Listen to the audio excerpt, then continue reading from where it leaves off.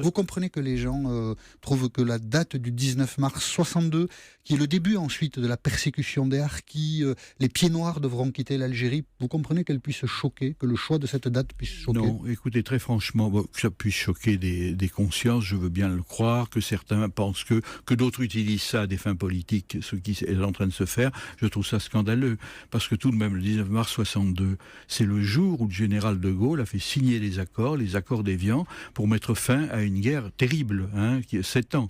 Où il y a eu 1 million d'Algériens qui ont disparu, et on a eu quand même 1 million d'appelés qui ont fait la guerre d'Algérie, et la 4e République est morte de la guerre d'Algérie. Le général de Gaulle y a mis fin par des négociations avec le FLN, et il est tout à fait normal que ce soit ce jour-là qui soit commémoré, même si, je le reconnais très volontiers, il y a eu au lendemain de l'indépendance, comme dans toutes les guerres révolutionnaires, des choses inadmissibles. Il y a des harkis qui ont été massacrés ici, qui ont été très mal accueillis ici en France, je voudrais quand même le dire ici aujourd'hui. Quand on dit les harkis, c'est pas les harkis aujourd'hui, les harkis c'était il y a 50 ans. C'est les petits-fils et ceux qui utilisent les harkis. Quand on parle des harkis, pour le préciser, parce que peut-être des gens qui sont jeunes ne connaissent pas bien cette histoire, ce sont des Algériens qui ont combattu aux côtés de l'armée française. C'est des supplétifs qui sont rentrés dans l'armée française la plupart du temps, disons-le, parce qu'ils avaient un peu de travail par ce biais-là, d'autres parce que ils se sentaient français, ce qui était tout à fait normal.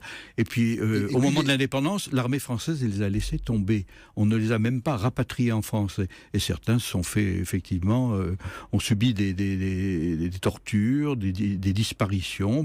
Dans toutes les guerres révolutionnaires, c'est malheureusement un peu comme ça. Je voudrais vous dire que dans le même temps, et on pourrait peut-être en parler aussi, il y a eu les harkis et les pieds noirs rapatriés qui ont souffert de ça. Ce sont des Français qui ont dû quitter l'Algérie. Les Français, ils imaginaient eux que c'était leur pays. Oui. On leur demande là de tout quitter. Oui, c'est la valise ou le cercueil. Oui. Et pour beaucoup des gens qui ont vécu cette histoire, le 19 mars 1962, c'est un jour d'immense tristesse. Et donc, peut-être ont-ils du mal à accepter que le président de la République, François Mitterrand, ne voulait pas le faire. Jacques Chirac ne s'est jamais associé à cette date. Jacques Chirac, président de la République.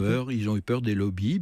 Je trouve que François Hollande, qui a suffisamment de difficultés comme ça aujourd'hui, va au-delà de cela en disant ce sera un problème de plus, mais peut-être que ça restera dans l'histoire. Il est important que cette date soit marquée. Je voulais vous dire aussi une chose. On parle des harkis, on parle des biens, bien sûr, mais il faudrait peut-être parler aussi de l'OAS, l'organisation qui a voulu tuer le général de Gaulle après les accords d'Évian, qui ont assassiné des journalistes, notamment le grand écrivain algérien Mouloud Ferraoun, et les directeurs des centres sociaux créés par Germaine Tillon qu'on a célébré récemment, qui est au Panthéon aujourd'hui. 60 ans après, les blessures ne sont toujours pas refermées. Alors, nous avons une guerre des mémoires, c'est vrai, il faut apaiser, il faut que les historiens fassent leur travail, il n'y a rien à cacher, ils l'ont fait, surtout rien à cacher, y compris des exactions subies par les harkis et par les Français d'Algérie lors du rapatriement, mais il faut aussi parler de la manière dont ils ont été reçus, et puis se dire que heureusement que cette guerre est terminée.